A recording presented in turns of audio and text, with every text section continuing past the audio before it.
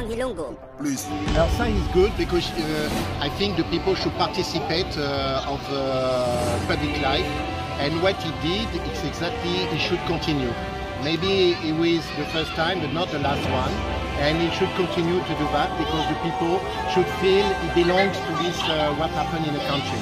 So, President, thank you very much. Salamat po. Ayan, magandang araw sa lahat nating mga kababayan, Luzon, Visayas at Mindanao. Ito po, magandang araw po sa inyong lahat at magandang gabi po. Ayan, siyempre, nandito na naman po tayo sa napakagandang pasyalan. Dito po sa may Malacanang po mga kababayan. Kasama ang ating mga kababayan na halos gabi-gabi na lang po. Napakaraming mga kababayan natin ang sumusugod sa Malacanang para mamasyal at makirides sa mga free rides na ginawa ng ating Pangulong BBM. Sa lahat nating mga kababayan, tara na at pasyalan natin ang palasyo na alam naman natin na bihira lang nangyayari ito. Once a year lang po nangyayari ang bukas po ang Malacanang sa publiko. Kaya nga sa mga viewers natin, tara na, puntahan natin at pasyalan natin ang palasyo na alam naman natin na ito ay bihira na nangyayari dahil sa panahon lang ito ni PBBM nangyari. Kaya nga sa mga viewers natin, tara na po, bisitahin natin ang palasyo at mag-enjoy kasama ang ating mga kababayan, lalo na ang mga kabataan na nag-i-enjoy na maglaro dito sa Kalayaan Ground. At hindi lang yan mga kababayan, meron din po tayong tinatawag na Misa de Gallo dito po mismo sa loob ng Malacanang. Alas 4 po ng umaga ang umpisa ng misa hanggang alas 5:30 mga kababayan. At may palibre pang puto bongbong at bibingka at mainit na kape at tsokolate. Kaya nga tara na po mga kababayan, bisitahin na ang Malacanang. Hanggang 23 lang po ito ng Disyembre. At sa gabi naman po, tuwing alas 6 ng hapon hanggang alas 11 ng gabi ang bukas nito mga kababayan. Kaya ito, kung nakikita nyo ang nasa harap natin, yan po ang ticket para sa mga free rides na makukuha ninyo. Meron din po mga palaro para sa mga kabataan. Kapag nakuha na nila ang mga papremyo, ay kanila na pong maiuwi sa kanilang mga bahay. Eto mga kababayan, tingnan nyo naman kung gaano kasaya ang mga kababayan natin dito ngayon sa loob ng Malacanang. Kaya nga, eto mga kababayan, tara na sa palasyo at makisaya na rin sa mga kababayan natin na halos gabi-gabi na lang po ay napakarami ang namamasyal sa palasyo.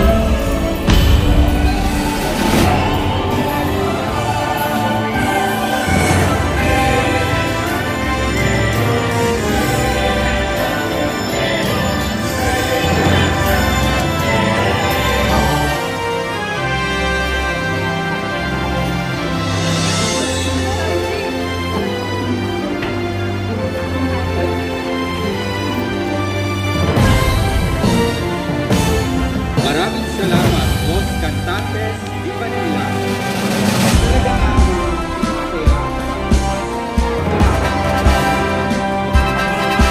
maraming salamat sa Boss Cantantes Di Manila. Makakasama natin ang Youth Orchestra para sa ika-anis na gabi ng Tara sa Palang.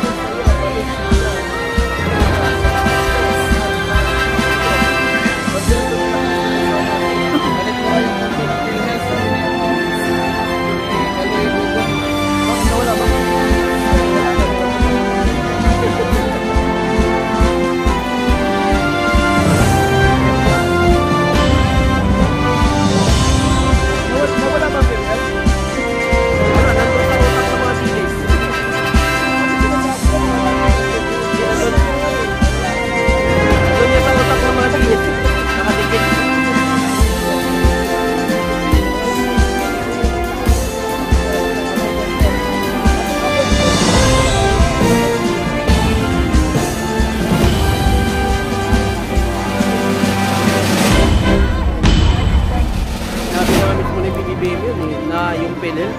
Hindi mawawalan hanggang sa ganun pa. Hindi nila may pinigyan eh. Ewan ko na lang, ayaw yung PhilHealth. Ba't talagang mababa ang pagtintindi. Open na po dito sa Malacanang 9. Sa YouTube, nanonood sila sa YouTube, mga kababayan. Saan pa kayo galing? Saan kayo galing, May? Nasubo, Batangas. Grabe, layo. Layo. Ang Bulacan naman kayo. So, paano kayo uwi na? Saan kayo? Babas kayo ulit. Sabi ko sa kanila, matulog na sila, mag-routine na lang sila. Wala na sila na. Simbang gabi, sayang. London. Bukas may simbang gabi din po rito, alas 4. Ano, ganito? Alas 4 ng umaga.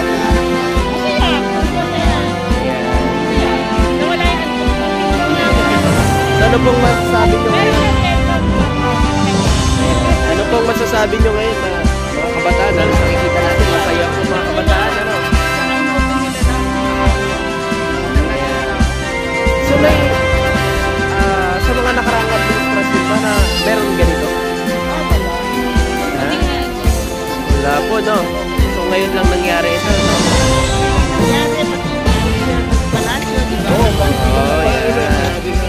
Yeah. Kaya suluitin hanggat mayroon ganito kasi hindi natin alam. May susunod na administrasyon, hindi natin alam. Alam na nga anak ko nangyari.